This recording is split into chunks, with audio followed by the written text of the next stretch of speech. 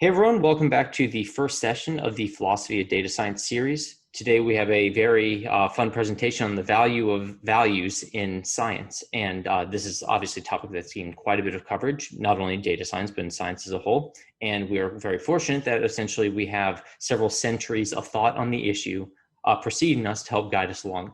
And today, to guide us through that journey will be Kevin Zollman from the Carnegie Mellon University. And so Kevin, maybe just to start off, you could tell us a little bit about your research interests before we jump into your presentation. Yeah, absolutely. So I'm a philosopher of science at Carnegie Mellon, and I'm largely interested in the use of mathematical and computer simulation models in social behavior, both in humans and non-human animals. But I'm also broadly very interested in issues about the social organization of science. So that is, how does science function as a kind of social entity rather than the traditional individual scientist working alone, which is the image that I think many of us have in our minds. Yeah, definitely. And actually, that reminds me very quickly that the original reason that Kevin and I got in contact was because I was pestering him to talk a little bit more about the interface of the philosophy of mathematics with data science and how these two entities might interact. And when we were talking about the different topics we might want to cover, we said, oh, well, maybe we should do, you listed out 3 topics, all 3, which were very interesting. And then we settled on, well, maybe we should do this, this values in science one first, because one, I think is very interesting and it helps sort of lay out some of these other ideas. So yeah, definitely. And so now I guess we'll jump on to the presentation. So I'm really excited to be here. I'm really glad that Glenn asked me to join you and to talk about this question. This is a deep and longstanding question in both philosophy of science, but I think it's been integral into science in general, which is the degree to which we think that science should be value-free. And this is a topic that's of particular interest to philosophers of science right now. It's been an active topic of discussion, something that a lot of philosophers are working on and dealing with, both as a broad question for science as a whole, and also philosophers are focusing on it in very specific sciences like economics or psychology or computer science. Here I'm going to talk about it as a broad problem for all of sciences, although there are particular versions of this question that can apply to specific sciences or to specific problems. The underlying idea is based on this notion that we have, that there's a sort of division of labor. That is, science or scientists, as well as statisticians and data scientists, are interested in figuring out what is the case. Their job is to tell us how the world is and maybe to predict how the world will be, but their job is not to tell us about what ought to be the case. We think about that as principally the domain of politics or philosophy or religion or something else that people oftentimes think of as not science. And so you can find lots of scientists and policymakers who say the scientist's job is to tell us what is the case, and it's the politicians or someone else's job to tell us what we do about that or what we do with that knowledge. Behind this is something that Heather Douglas, a philosopher of science, has called the value-free ideal. And the value-free ideal is this notion that science is supposed to function in a certain sense in a value vacuum. That is, that they shouldn't have to worry about what's right and wrong, what's preferable or non-preferable, what's desirable or what's good. They should just worry about what is. And then the value judgments about what's good and bad are left to someone else, are taken outside of science. Of course, scientists might have those opinions. They can vote for whomever they like. But when they're acting as a scientist, they are supposed to, in a certain sense, act in a way that's value-free. I think it's fair to say that while this image is very popular, both popular with philosophers for maybe about 50 years, but also popular in the broader conception of what science is and how it works, I think it's fair to say that philosophers are beginning to think that this idea really does not hold water. That is, you cannot ultimately take values completely out of science. Now, you might be able to increase or decrease the degree to which they influence science, and that's something at the very end of this discussion I'll talk about. But ultimately, science can never be totally value-free. Scientists cannot escape making at least some value judgments. And so what I thought I would do for this video is to walk through 5 of the basic ways that philosophers think that values can sort of become relevant or are inextricably linked to what we think of as ordinary everyday science. And I'm going to go through each one, talk about it briefly, and give an example which I think might be of interest to statisticians and data scientists. But these aren't the only examples. There are going to be other examples as well. And so this is just a sort of way to start thinking about the problem. At the very end, I'll give you a very short list of a couple of my favorite papers in this area, and that's something that you can look into more if you're interested. The literature is quite large, and so I'm only scratching the surface. I don't want to pretend to be presenting everything that there is. So what are these 5 different areas? Well, here's the initial list, and I'll go through each of these in detail, but let me just run through them very quickly. The first is constraints on the kinds of research that we conduct. I think that this one is probably the most familiar to statisticians and data scientists and will come as no surprise. The second is, I think, also something that many people understand, is that all of us, of course, have many research problems that we might work on. And when we choose a research problem to work on, that's oftentimes guided by value judgments. So we're recording this video during the pandemic. Lots of scientists have started to work on researching the virus that causes the COVID-19 pandemic. Of course, they're doing that because they're guided by a value of helping society. No one is really that surprised by it. I think the latter 3 are the ones that are potentially more surprising. So the first is this notion of a loss function, which some folks who have done some work in statistics or may know. In the data science world, machine learning world, sometimes this is called an objective function. And I'll talk a little bit about how that is something which we really can't avoid putting values into. And then the last 2 are related to the things that we think of as fundamentally statistical practice. So choice of variables and definition of the variables that we're measuring, and also the choice of a statistical model, are both things where, even though we think of those as being fundamentally value-free, in fact, values do sneak in interesting ways. So I'm going to start with the first one, constraints on research. So this is quite very familiar, especially to anyone who's done human subjects research in an academic context. That is, we have this notion that certain types of research are fundamentally disallowed. You cannot harm your subjects, especially without their consent. So you can't give them a disease, you can't inject them with something that's harmful, you can't psychologically harm them without, at least at the very minimum, receiving their consent. But even with their consent, oftentimes we regard it as unethical. Similarly, there is expectations of care. So you can't tell your subjects that you're going to give them medical treatments and then not give them medical treatments. Or you can't tell them that you're going to do something to help them, but then not do it. Perhaps the one that I think is right now a subject of a substantial amount of discussion is the degree to which researchers have an obligation to protect the privacy of their subjects. So some of my colleagues in the computer science department here at Carnegie Mellon have shown how apparently anonymized data can be very easily de-anonymized using machine learning techniques.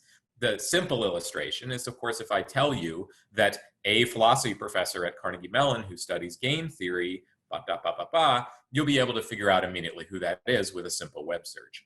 What my colleagues have shown is that, in fact, you can do this even when it seems less obvious that you have de-anonymized your own data. So all of these represent examples of how values put constraints on scientific research. You cannot conduct research that harms your subject or that doesn't provide them with care. And I think this one is familiar, so I won't go into too many details about this particular way that values affect science, because I think it's pretty familiar. The second way, which is I think also pretty familiar, is the idea that our values might guide our choice of research problem. So, of course, as scientists or statisticians or data scientists, we have constraints on our time. We can't do every project that we could conceivably imagine. And so as a result, we have to make a decision. Do we want to work on this project or that one? So for instance, if I'm researching in drug development and I can work on a drug to treat dengue fever or to treat baldness, I have to decide which of these 2 things I find more important. Or if I'm a company, I might be deciding which of these 2 things is more profitable. And one of the things that philosophers and others have pointed out is that there's a sense in which what's profitable and what's ethical seem to come apart. That is, you can make more money with treatments for baldness, but perhaps we might care more from an ethical standpoint about dengue fever. This is, of course, another place where values are going to affect a scientist's or statistician's decisions. Whether to work on one problem or another will be guided by whether or not the scientist thinks that that project is going to be better in some notion of better, whether that's more profitable or ethically better. And so as a result, this is another way that values can affect science. Both of these, I think, feel very familiar and don't feel particularly revolutionary. And so I'm not going to spend too much time on that. Instead, I want to start talking about the way that values can sneak into what we oftentimes think of as the fundamental parts of science. That is the part where we decide what our science shows. And the first way is, I think, something that many statisticians and data scientists will at least be vaguely familiar with. And this is the idea of the loss function. So for some of you, this term may be familiar, but if it's not familiar to you, let me give you a couple of examples. In your introduction statistics class, you undoubtedly were told about the difference between type 1 and type 2 errors, right? These are the two different fundamental errors when you're doing, say, a hypothesis test. Do you reject a true hypothesis or do you accept a false hypothesis? These are both types of errors.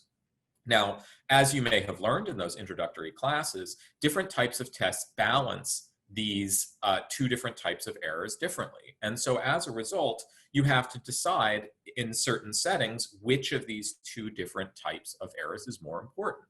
Do you care more about accidentally rejecting true hypotheses, or do you care more about accidentally failing to reject false hypotheses? And there's no answer to that question unless we specify a problem. So I have a picture here of a bridge that collapsed, the Tacoma Narrows Bridge in Washington. Here is a classic case where one type of error is much worse than a different type of error. That is, I would rather build a bridge that is accidentally overbuilt and used a little bit more materials than it needed to than I would want to build a bridge that was underbuilt. The error here is not symmetric. It's not, having a bridge collapse is not the same kind of catastrophe as having a bridge that has a little bit extra steel in it. Right? You'd rather have one rather than the other. This isn't just about hypothesis testing, though. For instance, if you have a machine learning classifier that's trying to decide, say, whether this is a picture of an antelope or not, it can make two types of errors. It can include or exclude things that it shouldn't. So it can call a picture of a cat an antelope. That's one type of error. It can fail to call a picture of an antelope an antelope. That's a different type of error. Which one is worse? Well, it depends on the purposes to which you're going to put your classifier. If it's about counting the number of antelope in a given area, you might want to overcount or undercount, depending on what the purposes are going to be that you're going to put it to. Similarly, when you're making quantitative predictions, so if you're, for instance, trying to predict the number of cases of a disease, or you're trying to predict the amount of rainfall in the next year, you might, depending on what you're doing, care about the distance from the truth in different ways. And similarly, for all sorts of machine learning problems, you often specify an objective function. That is what the machine is trying to do. And that objective function doesn't come from nowhere. That objective function is ultimately made with an underlying idea of the purpose that you're putting it to. All of these are broadly called inductive risk by philosophers. That's the term that they use. So the idea of inductive risk is anytime we venture to make a prediction or anytime we venture to classify the world, we're engaging in inductive logic and we run the risk of being wrong. That's the nature of statistics and data science. But the question is, what risks are we taking when we're wrong in one direction and in the other? And so this is a broad classification of these types. I want to give you a very simple and probably quite familiar example of this kind of phenomena. So we're recording this video shortly before the 2020 election, and polling errors is something that is very much in the air. But consider an interesting fact, which a lot of people aren't aware. There was actually a larger polling error in the US 1992 presidential race than in the 2016 presidential race. In the 2016 presidential race, famously, the polls predicted that Hillary Clinton would win, and in fact, Donald Trump won. We don't know so much about the 1992 one because the 1992 polls predicted that Bill Clinton would win, and in fact, Bill Clinton did win. he just won by a different margin than the polls predicted.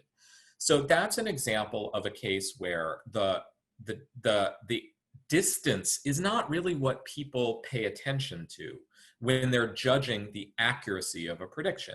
They're really paying attention to something more qualitative. Does it predict the winner of the election or not? And this is a setting where, of course, it makes a lot of sense to think about this as not a quantitative prediction, but rather a qualitative prediction. And it's a case where different senses of the loss function might actually affect the test that you use. So if you have a different notion of the loss function, you might make fundamentally different predictions, because that's built into your judgment about the statistical test, or built into your how you build your machine learning algorithm. And that's really the fundamental point here, is that it's not just a matter of judging the output of a statistical method or judging the output of a machine learning algorithm.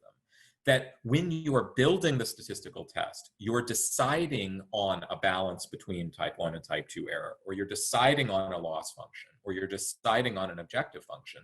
And so as a result, even though you may not realize it, you're building in value assumptions as you design the statistical test.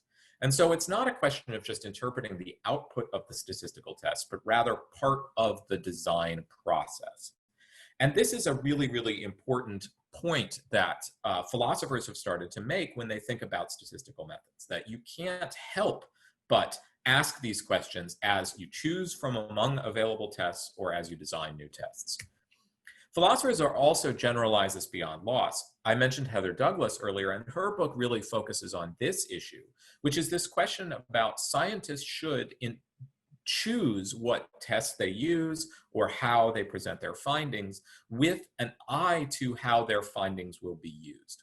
So for instance, suppose that you knew that your findings might be used for nefarious aims. That is, you may be aware that people will actively attempt to misrepresent or misinterpret your results. So for instance, if you are studying something that has a political consequence, you know politicians may spin it to a particular aim, perhaps an aim that you yourself don't even agree to.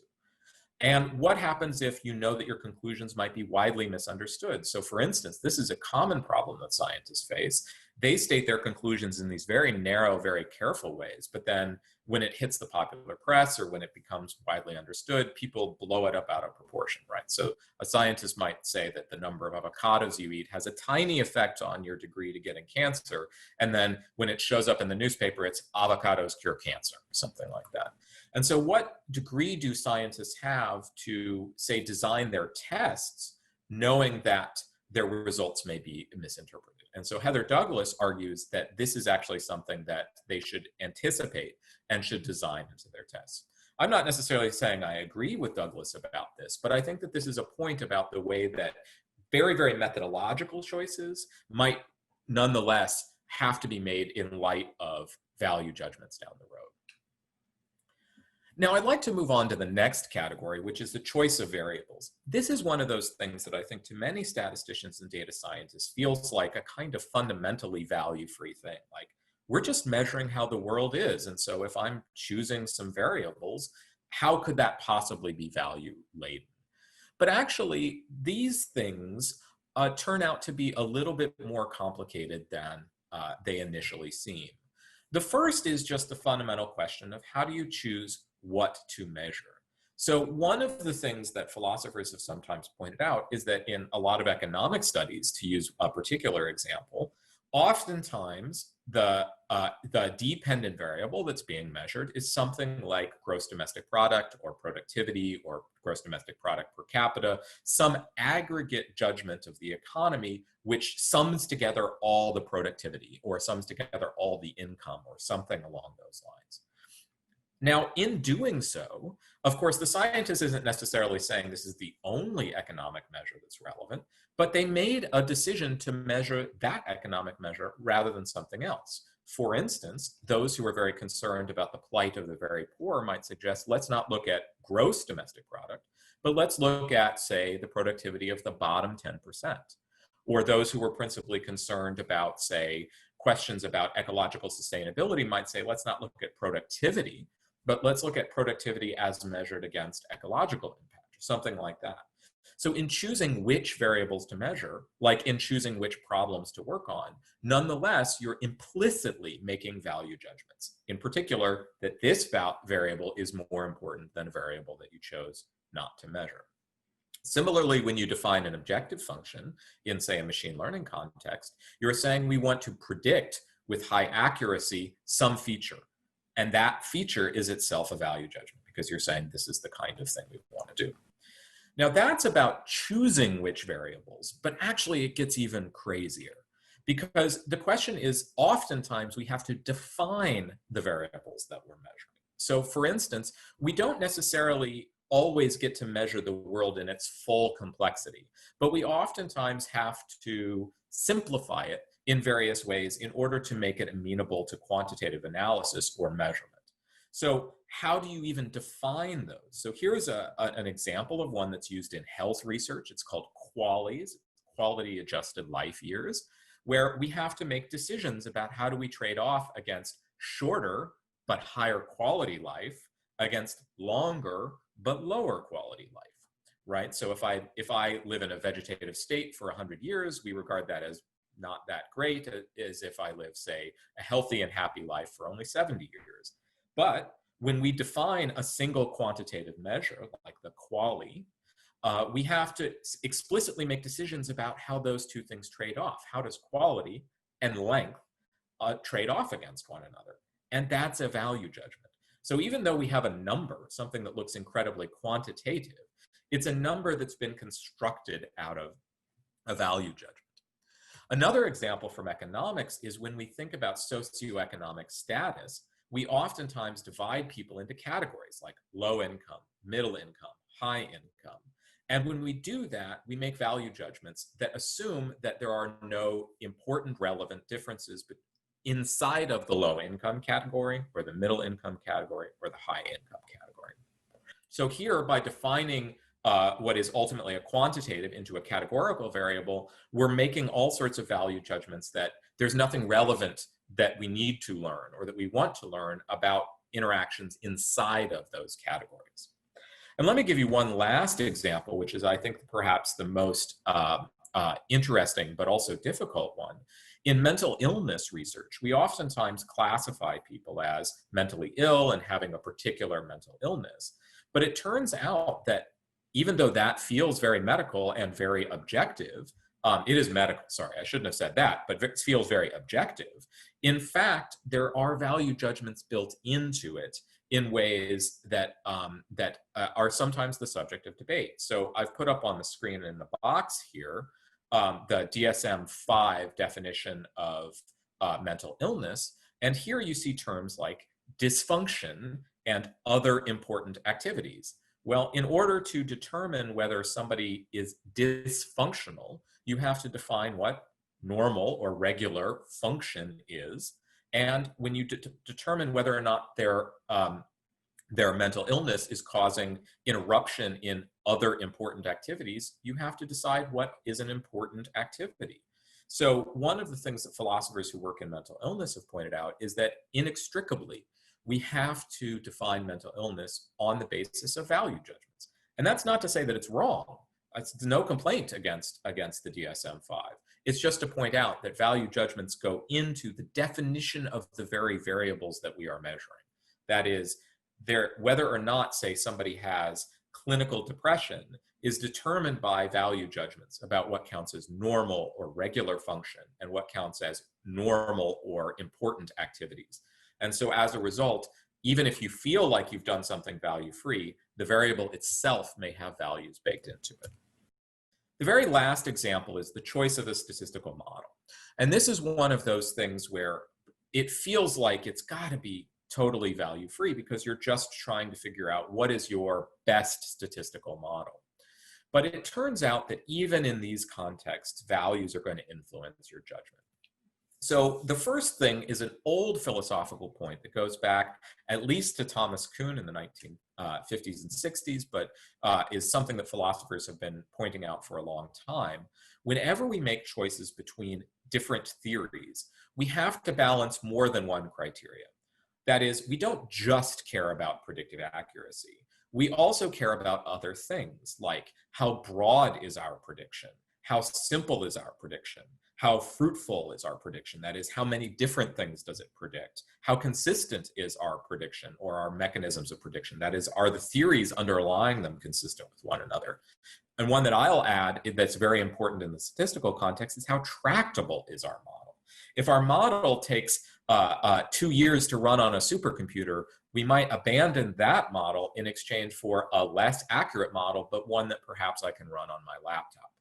And so deciding how to balance these criteria against one another is itself fundamentally value-laden judgment. Do I care more about predictive accuracy or about simplicity? This isn't something that you can just answer, that is, there's a true fact about it, but rather it depends on the purposes and it depends on what we want our model to be put to. Let me give you a simple example of this that comes up in epidemiology. So in epidemiology, there's a classic simple model that epidemiologists use and teach their undergraduate students called the SIR model. It stands for Susceptible, Infectious, and Resistant model. It's an incredibly simple model. It has 3 differential equations. I forgot now, I think it has 2 or 3 variables. It's very simple, relatively easy to fit to data, and in many contexts is actually incredibly accurate at predicting the dynamics of certain types of diseases in certain types of contexts. Now, at the other extreme, I've put up a picture here of the University of Pittsburgh's Phred model, which is an epidemiological model. I think this particular example is for measles, although they've used it for flu and now most recently for COVID. It provides, in the United States, a county-by-county prediction of disease outbreaks. So here is a picture just of measles and just for Texas for a very particular situation. It's in particular predicting what would happen if vaccination levels for measles dropped below a certain threshold. Now, you can see the big difference. SIR is a giant population model. It's supposed to predict big scale changes, and it's with just a few variables and just a few equations. If you're going to be predicting it with the Phred model, I have no idea how many equations you would represent it. It's a computational model. It runs on a supercomputer. It takes a significant amount of time to run. I don't know how much code is behind it, but I'm sure it's a lot more than 3 lines, which is what you'd have for the SIR model. It's an example of a far more complicated model. Now, I'm not saying one of these models is right and one of these models is wrong. In fact, I'm saying the opposite.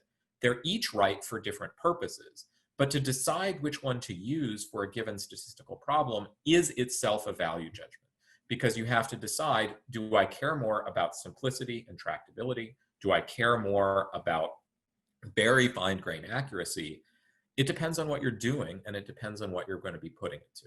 And so you can't answer this question from a simple answer about what is the case. You have to make value judgments about what is this model going to be used for, and what do I, as a statistician or data scientist, care about? What does my team care about? So that's a kind of whirlwind tour through the various ways that values might affect science. Let me just visit one last question very briefly, which is one that I mentioned initially at the beginning.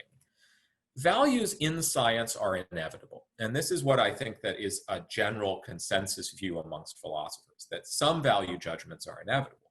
But that doesn't mean that everything is a value judgment, or that we can't try and design science in ways to minimize them, or more clearly articulate when they are taking place, or have those value judgments be made in a more democratic process. That is, rather than the scientists deciding them, perhaps we should have those decisions be made by the communities that will be affected by the scientific decision making.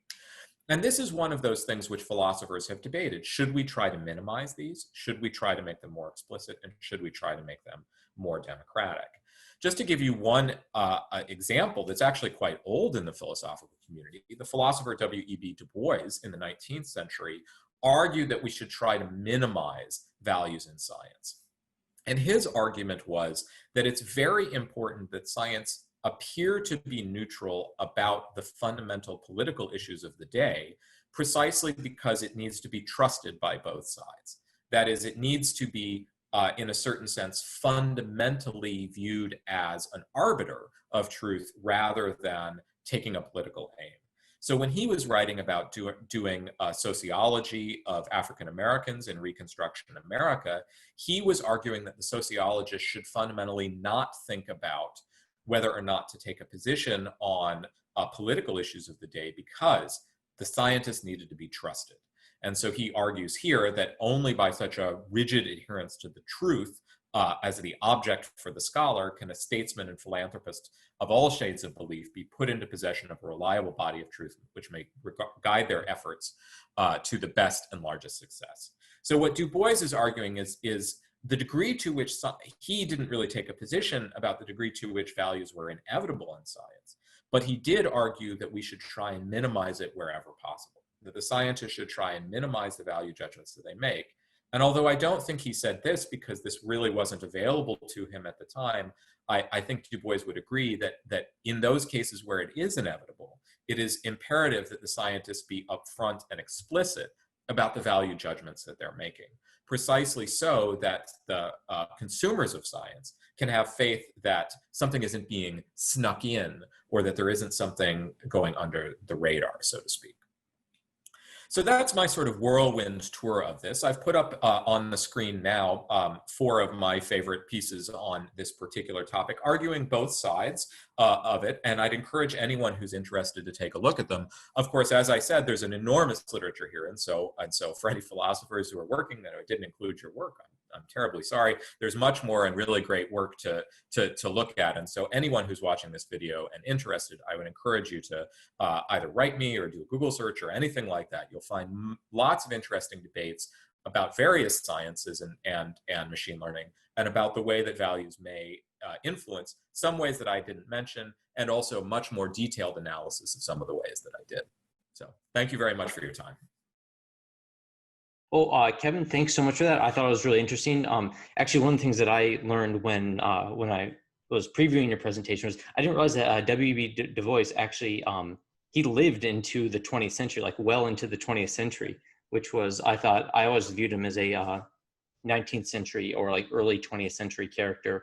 But no, I was very impressed. He almost lived 100 years. And obviously I was also impressed by the breadth of his philosophy actually touches on these subjects, because I always viewed him as more of a sociologist and writer. Yeah, he's a really interesting character. And unfortunately, I think to a certain extent, his philosophy got lost for quite a while. And I think, it's due to a couple of different things. One thing is obviously racism. He was Black and working on issues particularly related to race. And traditional academic philosophy is very white and very affluent, and so didn't pay attention to a lot of the writing.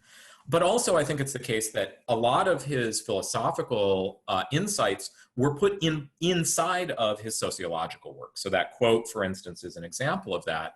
And so I think it often it gets lost because he didn't really write a lot of exclusively philosophical works. He thought of his philosophy and his sociology as fundamentally connected. In fact, there really wasn't a distinction even between those fields at the time. So I have a student, I put one of his papers into the citations that I mentioned, former student, Liam Kofi Bright, who's done a really great job at going back through W.E.B. Du Bois and extracting some of his philosophical insights, especially in philosophy of science.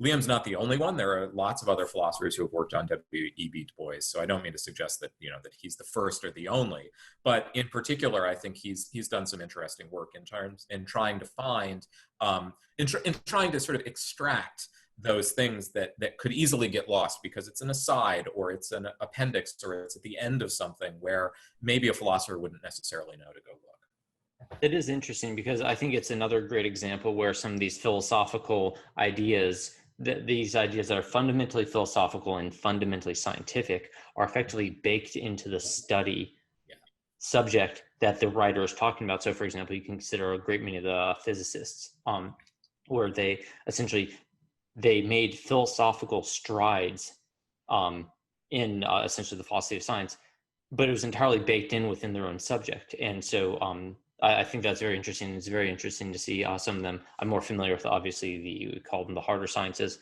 and the life sciences, but it's really interesting to see some of these philosophical ideas, I'd say, written so clearly in some of the the more humanities and social sciences. Yeah. Yeah, and that's one of those things where, this distinction between like philosophy as a humanities and then the sciences as sort of being fundamentally different is actually a very modern and not really very accurate conception. That is, Einstein was interested in philosophical problems. He said that he was inspired by David Hume to think about simultaneity. Bohr, there's a little bit of a debate, but it seems like Bohr was inspired by Kant in terms of his interpretation of quantum mechanics. And there are lots of philosophers like Ernst Mach and Pierre Duhem who were doing both philosophy and physics. And so it really wasn't until the 20th century that people thought of these as sort of completely separate, had nothing to do with one another fields. And this is something that modern day philosophers, and I'm hardly the only one, are really trying to sort of mend that. We think it was a mistake that both philosophers and scientists thought of these as sort of different disciplines, and we're trying to sort of bring them back together because they really are not. Practicing scientists are doing philosophy sometimes when they do their science, and philosophers should be doing science as a part of their philosophy. Yeah, and I guess just as one quick follow-up on that, it reminds me a bit of Samir Akasha, who effectively, he is a philosopher, but he writes so extensively on the subject of biology. He's not just a philosopher, he's a philosopher of biology. Yeah. And he does a very good job at essentially bringing to the front, for example, what you're talking about, where there are these subjective or they're non-clear-cut boundaries in many of our decision processes and many of our classifications. So yeah, I think that is very interesting. And I always like nice historical examples, because I think people forget that they aren't the first people thinking of these problems. Like there's actually a tradition here. A lot of it dates back to a Scottish guy up in Edinburgh, and then his stuff, it dates back to some guy down in Cambridge, and then his stuff dates back to a whole bunch of Greeks and some, I guess, Germans in between that and after that. But yeah, I think it is important for a lot of people to realize that a lot of these thoughts aren't, we aren't pioneers in these thoughts. A lot of we have a rich history in it. I guess it's like Ralph Waldo Emerson, or sorry, is it Emerson, who said something like, when you identify good ideas from other people and self-reliance, or saying, you'll frequently hear thoughts that you had yourself by great thinkers of the past. And so I think it is interesting that there's these connections.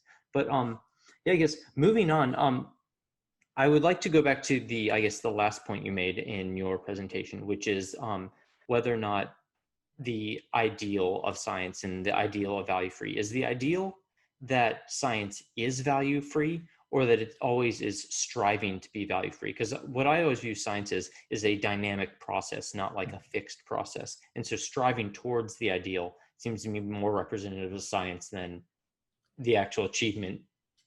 Yeah, and that's an interesting question. I think the way that it sometimes gets stated is that science is fundamentally value-free, or that it is at least has only scientific values. That's another way you sometimes get it, especially in philosophical circles. They'll make a distinction between sort of scientific values and non-scientific values, and they're suggesting that insofar as science has any values, it only has these sort of designated scientific ones, like aiming at the truth or something like that. But you're absolutely right. There are sort of two versions of the value-free ideal. One is to say that science is sort of absolutely value-free. And another is to say that science should sort of strive to minimize the effect of values.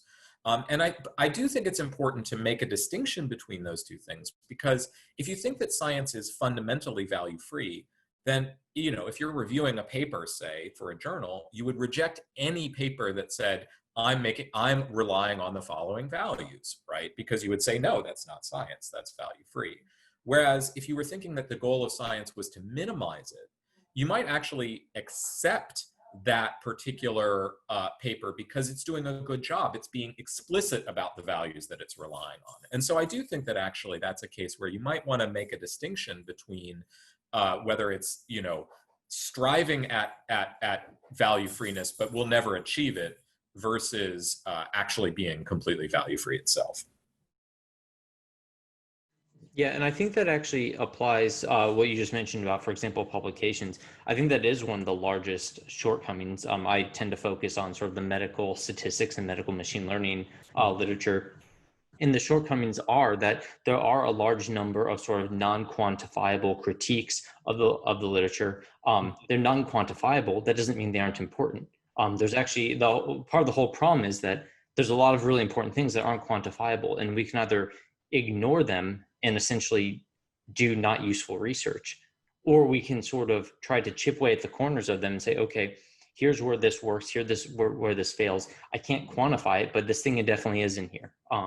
And so I tend to fall on the side of, lay out your assumptions. And I think that's important. And, for example, when I guess a very common one in statistics is, the subjectivity, for example, of priors. And what I would say for that is I view that however subjective a prior may or may not be, and I think that people should strive to have these things be accurately representing a prior should actually be representing a probability or a distribution of belief. It shouldn't be, for example, just used to like regularize a model or something like that. But one of my objections to the alternative about not specifying these things is that you are in fact specifying something else, which is just that there is no belief on how this thing is distributed prior to any knowledge. And so I think that that's an example where, and it's also, I think it's a bit harder to cheat when you just sort of specify exactly what you think is like, if you do something where you specify statistical prior, that's so often one field or another that it's bound to effectively determine what the result's going to be, then I think that's generally, as long as anyone's actually reading the details, they'll be able to figure that out. But yeah, I think that's interesting. I guess another question on the generalizability, because when we were talking, or when you were presenting on the issue of how your research is interpreted, if there's a concern, for example, that your research is going to be interpreted one way versus the other, and I guess what you said was typically scientists present their work in very finite terms, and then it gets sort of blown up by people wanting to write secondhand about the results. And I think there is some of that, although push back though, that there's plenty of times where scientists, people in data science, machine learning, aren't so modest about what the actual implications are. Like the number of people who think, for example, that they've solved critical care monitoring through deep neural nets or whatever, it's like that's an inaccurate form of writing. And I think that there is also pressure within the scientific community to try to magnify the generalization of your results as much as possible. So you have pressure as a scientist to say, these are actually more generalizable than just my study. And of course, we essentially have enablers within the within other sort of communities that say, oh yeah, these are super generalizable.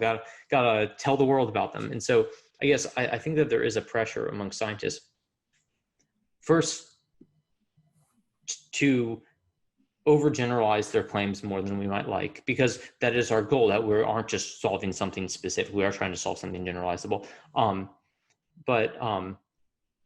I think that there is that pressure with scientists as well. And I think that, again, we have to sort of specify that there are those types of things.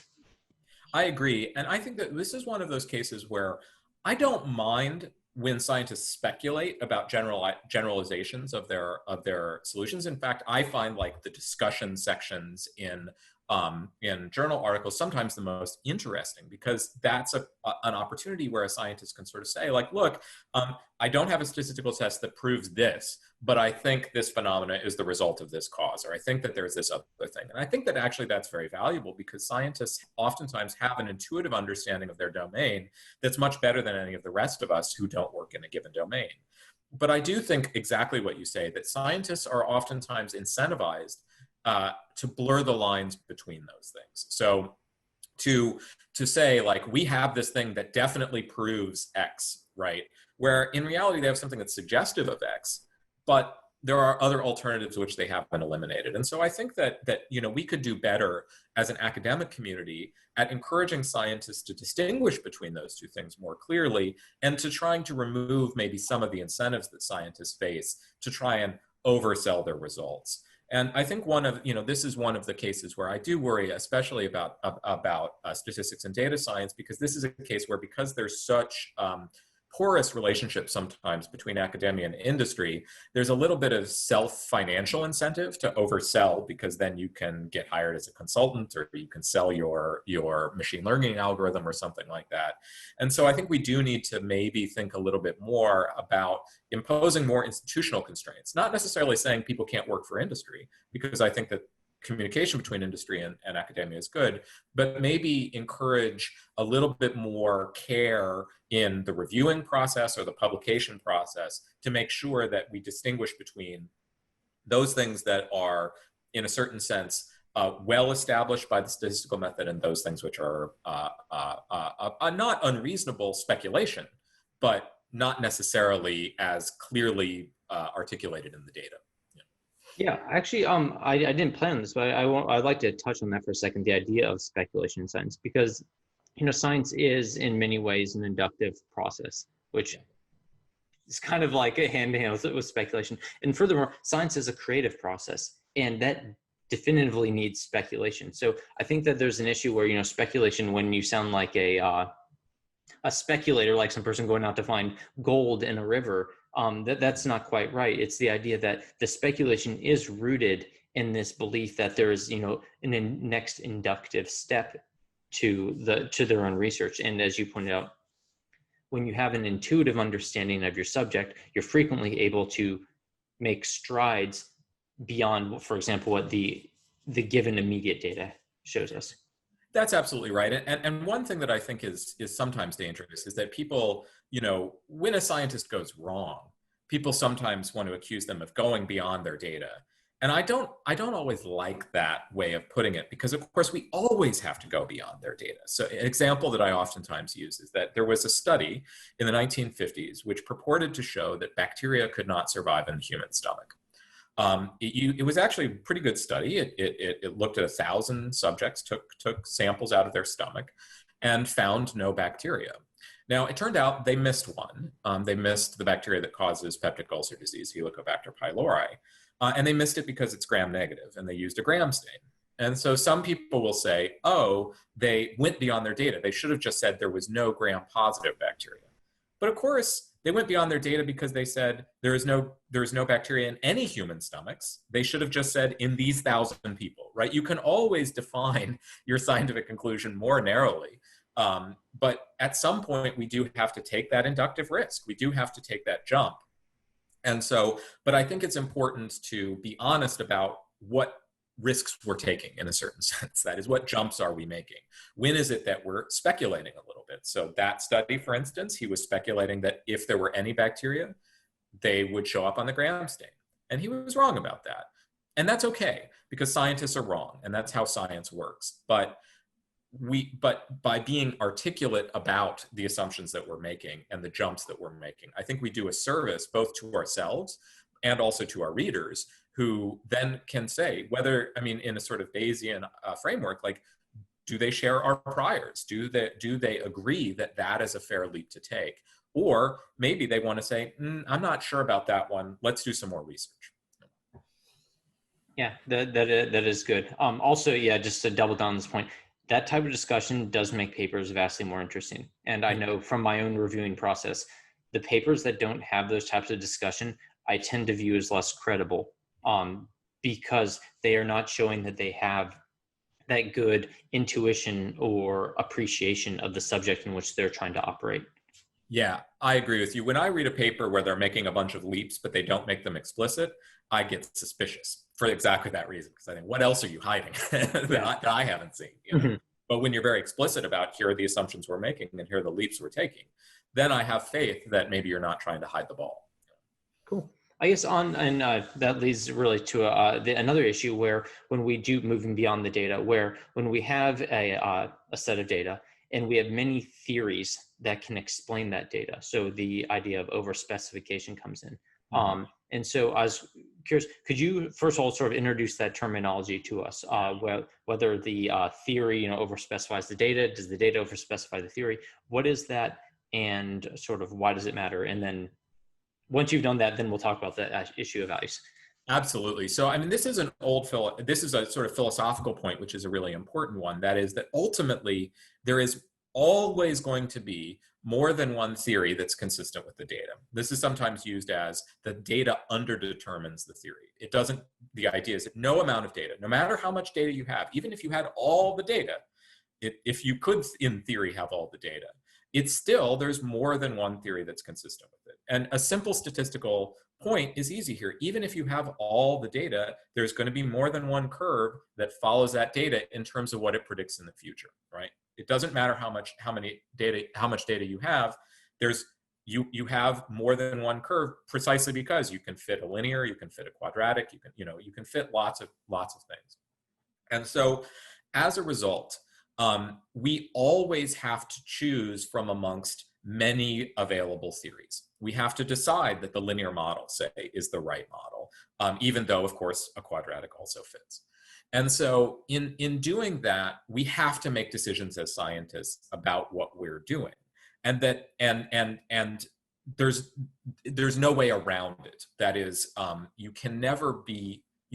matter how much data you collect, you will never be in a position where you've eliminated all but one theories. There will always be an infinite number of theories.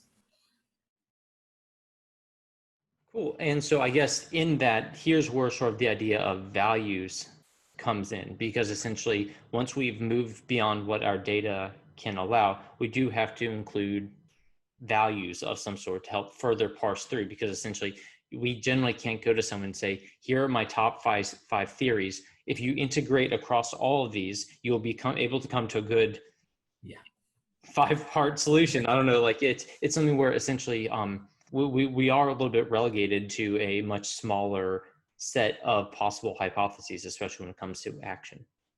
Exactly. And so we have to make choices. And even, what you suggest where, let's, take all the theories that are consistent and integrate across them. Well, even that's a value choice because you're treating each theory as sort of equally valuable and giving it equal weight. Why not treat one of them as more valuable? And so we have to make decisions. And those are decisions where some kind of values are going to influence it. Not necessarily a value like, killing is wrong or some kind of ethical value, but a kind of scientific value of, well, maybe we prefer the simpler one. That's a scientific value, and that's a choice that we make. Or maybe we prefer the one that accounts for more data, not just this one. So if we have a, say, epidemiological model, we might build a model of one disease, but we might prefer a version of that model that applies to many diseases as opposed to just one, something like that. So there are all sorts of decisions that we want to make when deciding between all of the theories that are consistent with the data, and those are value judgments. Now, they're not necessarily what you might think of as traditional value judgments, but they're nonetheless value judgments. And I think that this is one of the important facts, that you need to be explicit that that's what you're doing, so that if somebody disagrees with your value judgments, you can have a conversation about that. You can say, I'm choosing this model because it's simpler. Somebody else can say, I'm choosing this model because it's got a broader scope or something like that. And then you can have a debate, or maybe not have a debate and just say these are two different perfectly reasonable ways to approach this problem. But it makes it so some scientific debates look like debates about facts, when in reality, when philosophers have sort of gone back and tried to reconstruct them, they really are debates about value. Do you prefer simplicity more? Do you prefer predictive accuracy more? Do you prefer whatever? And so it's always good to be clear that that's where you're disagreeing, so that you don't sort of needlessly disagree or pretend you're disagreeing over here when in reality you're disagreeing over here, something like that. Yeah, no, definitely. Actually, I was on an interview with Stats and Stories yesterday, and they were asking me a bit about sort of a belief in scientific outcomes, and especially now with COVID. And what you brought up is actually an idea that I really think people should be dissecting more, which is when there's a disagreement between two scientific disciplines. Mm-hmm. Because I think it's commonly accepted, maybe with the exception of physics, that these other scientific disciplines all effectively are talking about the same thing using the same methodologies, and that, for example, a clinical study is equal to an epidemiological study, is equal to a microbiological study, and that effectively that all these points should be fitting together, and it's just collecting data about the same set of facts.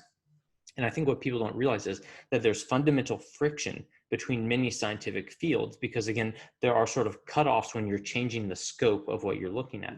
And What some people think is like, oh, you're just ignoring the facts, you're ignoring the science because you're ignoring one study. It might be as like, well, yes, I recognize that study. However, that study might not generalize to the phenomena as well as, for example, another study might. Or and so I think that there's this issue here where when people view these different scientific fields as these synonymous things, and that to sample from one is to sample, for example, to sample data from one of these subjects is to sample data from all of them, it does lead to this friction. And that's why there's also a difference between, for example, data and theory, where effectively we can't let, for example, the data of one subject to override the fundamentally useful theories of another subject, especially if the theory is well grounded. And so I think that's another problem that we see, where people are frequently, they're trying to throw out the theories of other fields, which are very well grounded, just because they happen to have data in some other sort of tangential field. I think that that's a great example, and I think that's a really common phenomenon because a lot of times different fields care about different types of theories. One of the examples that I like to use is at the boundary between psychology and economics, which is an area that I've studied quite a bit. And so here, economists are oftentimes very interested in getting, especially behavioral economists, are really interested in getting theories that get predictive, accurate descriptions of how people will make choices in economic settings. But the economists are less worried about having a theory that gives you a mechanism that produces that choice. So they're not really interested in figuring out sort of what's going on cognitively inside of somebody's head. They're mostly just saying, I want a theory that's going to predict choices, because their long-term goal is to then deploy that theory to make predictions about the economy. Cognitive scientists who work on similar problems like economic decision-making oftentimes are very focused on mechanism. They want to understand the mechanism that produces a choice. They want to understand what cognitive processes might be involved in ultimately somebody, deciding to say, buy this bag of flour instead of that bag of flour, whatever choice they're studying. And each side will sometimes argue against the other, but they're doing it not, it's what they're really disagreeing about is a question of value. Is a good theory a theory that has a cognitive mechanism or not? And the economists say we don't need a cognitive mechanism. We just want something that's as predictively accurate as we can get in order to ultimately make predictions about the economy. Whereas the psychologists say we care a little bit less about making precise quantitative predictions in every possible scenario. We're interested in understanding the mechanism. Now, I mean, that's a bit of a caricature of both fields, of course, but I think that there's something to that debate. And I think it's an important example of exactly what you were saying. They're disagreeing in a certain sense, but they're really disagreeing kind of about ultimately what their goal is or what kind of theory they want. They're not really so much disagreeing about the facts, even though sometimes the debate can be made to seem like it's a disagreement about facts. Yeah, and I guess I would add to that it's also worth pointing out that neither of these are effectively rejecting scientific inquiry as a whole. And that's one of the things that I very much dislike about some of this debate, where when you exclude a particular study from a certain set of decision making, that doesn't mean that you're rejecting the use of scientific inquiry as a whole. You might be rejecting a certain usage for its applicability, but rejecting that use for its applicability, rejecting a result for applicability, is in fact a scientific process in its own right. And that's right. Yeah. And that's a case where being articulate about the values that you're using can make it clear that both the economists and the psychologists, in my example, are doing good science. They're just up to slightly different things. And so this monolithic idea of science is one thing, we're all after exactly the same thing, and we all have to approach it in exactly the same way, is a mistake, because you can be up to slightly different things, even if you're studying the same phenomenon. Cool. And I guess one thing we probably danced around this a bit, but I actually meant to ask it probably first, was we talked about values. Is there a difference between values and subjectivity? Yeah, this is a great question, and it's one of those that's it's a rabbit hole you can fall down, because philosophers have been debating about the relationship between value judgments and objectivity for at least 2 centuries, probably longer. And so it's a big subject. The thing I would want to say quickly is that I think sometimes in ordinary everyday discourse, we sometimes equate a value judgment with subjectivity. Like, we think about, like, I say chocolate ice cream is better than vanilla ice cream, but that's just ultimately my judgment for myself, and that you might make a totally different judgment, and there's no sense of right about that. And I would just like to suggest that I don't think that we should equate those two. That is, there are values which we do treat as if they are objective. When I say killing is wrong, I don't mean that to just apply to me in the way that I say chocolate ice cream is delicious. I mean to just apply to me. So some value judgments we take as just fundamentally subjective, whatever you like, you like. But other value judgments we take of as being objective, as being the kinds of things that we think we should hold others to. The source of that objectivity is a complicated matter. Philosophers disagree, and some disagree about whether it's objective at all. But I wouldn't want somebody to interpret the conclusion of this to say that I'm arguing that science is ultimately not objective, or that science is ultimately entirely subjective, because I don't believe either of those things.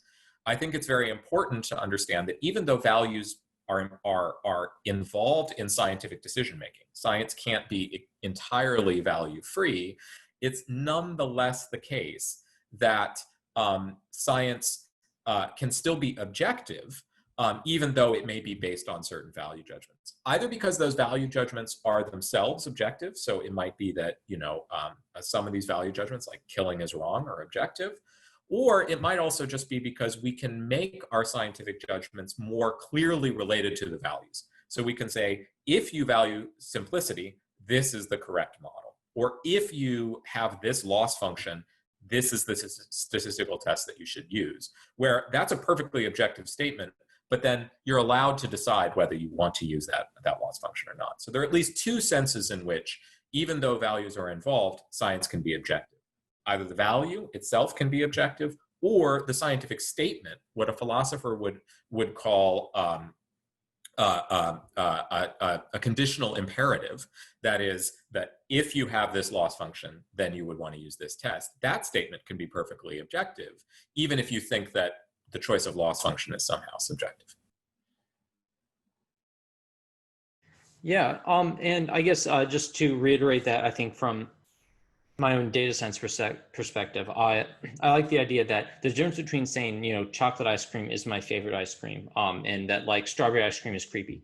And no one requires you to effectively justify those in any rigorous format ever from the get-go. Whereas these scientific value judgments, there is a very dense basis of other knowledge and other sort of deductive truths, and it's on much more solid ground before you even make those valuations. And another thing that I think is really important to get to is that science also contains the tools to essentially clean out and remove any of the sort of subjective aspects or value-based aspects that get in the way of objective truth. So essentially, theories that are overladen with the sort of excessive number of subjectivity or value judgments.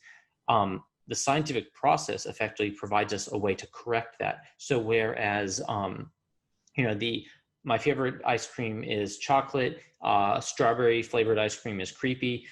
That's sort of something of an intractable problem. It's right there. Whereas if you're effectively saying, my belief about these objectively observable phenomena is this, and that I'm including these sort of value judgments when it comes to my analysis of these things. If those value judgments get in the way of the objective truth, they will be removed over time. There's a way to sort of clean that process out. And I think that's one of the best things about science, is that it provides us the corrective mechanism for when we get in the way of our own knowledge. Absolutely. And one of the things that philosophers have been debating, and one of the things that is something that I'm involved in too, is the importance of, especially with some of these more, what you might think of as more subjective values, it's important that we also have a scientific community that has disagreements about those values, precisely so that we can begin to discover when some of those values may have snuck in.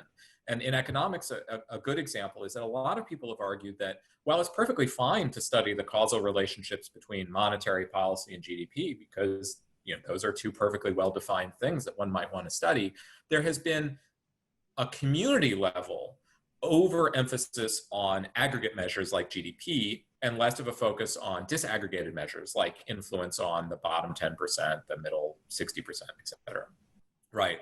And so it's not that any one study is wrong because it looked at GDP, but it's rather that when you have almost all your studies that look at GDP, you lose the opportunity to discover that there may be a hidden value judgment there, that GDP is the only thing that matters. And so one of the things that we as scientists can do, both in terms of our own work, but also in terms of how we build our departments and how we think about good work in science, is thinking about how we might encourage a certain level of diversity about certain kinds of value judgments. So it's, even though maybe I studied GDP or whatever, it doesn't necessarily mean that everyone else has to study GDP, and that there might be important synergies between two different things, but also important checks on exactly what you say, a way that a value judgment may have snuck in under the radar. And when you have somebody with a slightly different value judgment, it will get uncovered.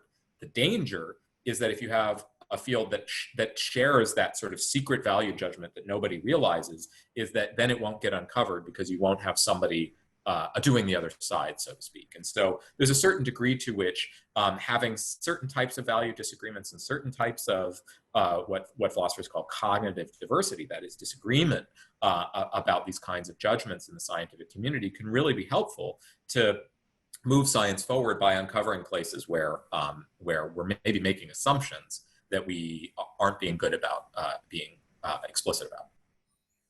Actually, what you just brought up reminded me of, I guess it would be a value judgment in clinical statistics, one that I find very impressive or important, is that as you talked about, you have GDP measures. It's an aggregate measure. And when you disaggregate it, you're immediately then essentially breaking it down into other very large components.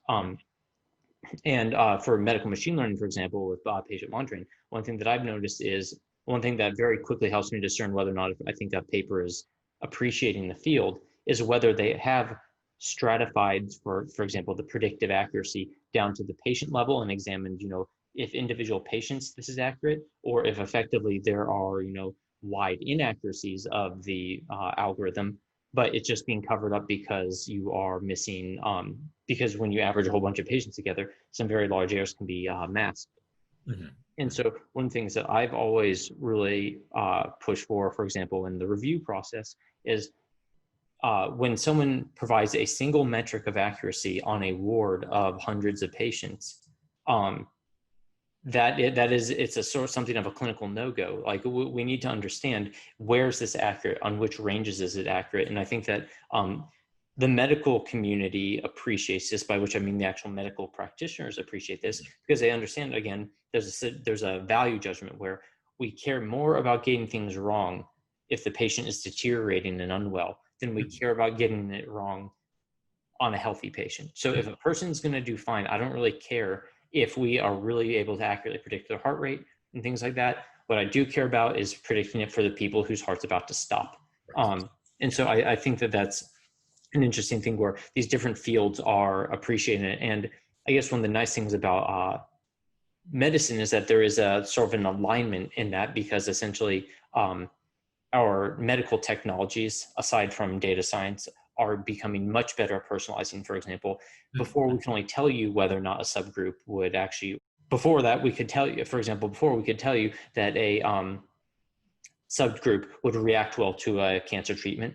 Nowadays, we can actually create cancer treatments for that subgroup or even for that patient. So as the technology changes, I think that personalization aspect has effectively, our technological capacity has actually changed what scientifically we focus on. And then the data science can follow that, saying, now we can look at that personalized level and we'll break down our metrics and our analytics on that personal level. So I think that that is a very interesting thing where these different fields, depending on what's technologically available, will change their focus and essentially not leave people out in the cold because of that. And that's a great example. And I think it really illustrates how the problem that you're facing can really influence the kind of values that you attach to the kinds of predictions that you make. So if I'm trying to predict, say, the budget of Social Security in the United States, I don't need an individual by individual prediction of who's going to die when, and because I'm worried about the budget. I don't care if this person is going to die on this date or at this age, but I do want aggregate. I do want to know how many 70-year-olds will there be, how many 80-year-olds, how many 90, how many 100-year-olds, those sorts of things.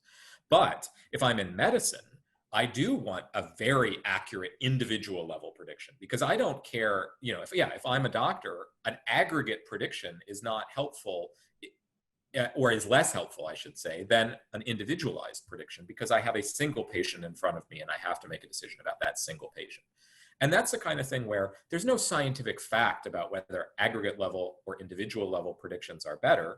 There's a question about which of those are better for different purposes. And so which model you choose, or which statistical technique or machine learning technique you choose, may depend on those ultimate purposes. And so in medicine, we really want to, if we can, focus down in on the individual as much as possible, because that's what's going to be clinically useful.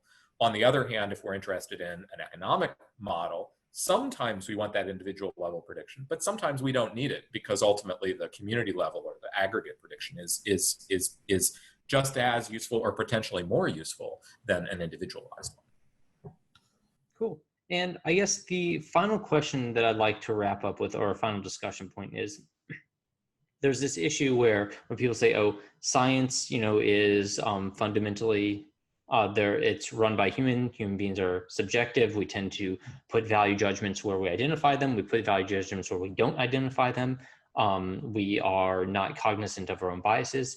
And therefore, effectively, that we should, instead of trying to strive for a more objective approach, that we should effectively just give in to our subjective passions. Like on Star Trek, when Spock goes insane because he starts just being like a crazy Vulcan, as opposed to trying to better control his subjective urges. And so I think that there's this other side that we haven't really addressed. And again, probably because we are both aligned towards that goal for greater objectivity and better, at least airing out your subjective beliefs. But there's obviously another component where people are just saying, you know what, time to throw caution to the subjective wind, and just we will make science a subjective industry, if you will. And as W.E.B. Du Bois points out, that doesn't lead to good places. That doesn't lead to a science that we believe in, that doesn't lead into scientists we can trust. So it fundamentally just drags science down into the mud of intellectual endeavors, I would say. Yeah, I agree. And this is one of those things which is always a thorny issue when you talk about the role of values in science, because an interpretation of that is to say, oh, that just makes science into politics. And so scientists are just going to be having the same fight as the Democrats and the Republicans, or Labor and the Conservative Party, or whoever it is that we're talking about. And so it turns science just into politics. And I don't want to do that. I think that science does have a very important role to play in attempting to be more objective than a lot of these other ways of engaging with one another that we have, like politics or barroom arguments or whatever. And so I do think it's very important that science strive to be as objective as possible. And statistics is a great example of how we try to remove sources of biases like confirmation bias and recency bias and these sorts of biases by creating more objective measures. And I think that those are really important, and we should continue to strive to do it. So absolutely, I think it's important that science continue to be objective. The one little thing that I think that the subjectivist folks get right, and that I do think is important, is that I do think that it's important that scientists also be honest about where the edge of that is, that they be honest about those points where they are now making a subjective judgment, and where they are now making a value judgment, even if they treat it as an objective one. Because I think that one of the places where science has sometimes gone wrong is that scientists come out and say, this is it, this is objective, there's no question whatsoever, you have to trust us. And then it turns out that there was a value judgment or a subjective judgment of some kind lurking in the background. And then people say, well, see, you can't trust the scientists either. Whereas if the scientists were a little bit more explicit about saying, look, this is our best guess, and here's the assumptions that we make, I think that that does better. And actually, I think that this is something where you see progress. I think that a lot of, change, say, from like the end of the 20th century and into the 21st century, you're starting to see scientists do a little bit better at articulating exactly what they do know and exactly what they don't know. And I've been really actually quite happy about the way that scientists have engaged with the public around the COVID-19 pandemic, because I think they've been good at sort of saying, look, these are the things we know. These are the things that are like best guesses, but that we might be wrong about. And these are the things we just don't have any idea about. And I think that that's been, I think the scientists have been exemplary in that area about articulating that. And I hope that that's a model that we continue to hold, not just for epidemiological modeling, but for other sciences as well, that we can be very clear about what we, in a certain sense, our degree of uncertainty and the places where we're making subjective guesses and the places where our values are starting to influence some of the decisions that we're making. Yeah, I like the idea that the objective ideal of science requires us to identify the subjective components that are in science. And exactly. So I think that ignoring subjectivity in science is effectively unscientific, and it's unobjective in its own right. So at the very least, that by identifying these things, laying them out, trying to have that discussion. Again, those discussion sections in the papers are probably the most interesting bits, because that's where you can actually demonstrate an appreciation for your subject. Yeah, exactly. Yeah. Great. Kevin, well, thanks so much for your time today. I really appreciate it, and for you guiding us through this topic. I think you brought up a lot of interesting topics, and I really appreciate it. Great. Thank you very much for having me.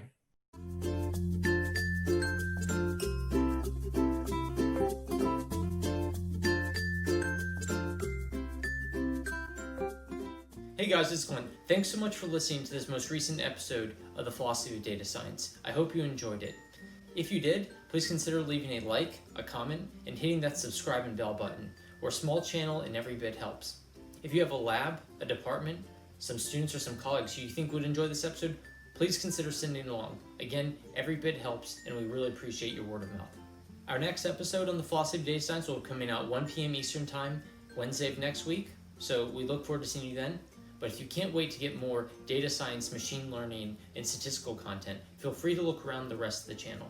We have a large number of playlists, including things like machine learning for healthcare, ethics and AI, and things like that. So give a look around. There's plenty more content for you to enjoy. You can also check out our website to not only see past episodes, but what's coming up, and see who our sponsors are. Thank you to our sponsors for your support. Now, while the views discussed on the show typically range between extraordinary and mind-blowing, the stated views don't necessarily represent those of the host, our sponsors, my employer, your employer, the speaker's employer, or anyone else not saying those words. And as always, thank you so much for your time. I really appreciate it. See you next week.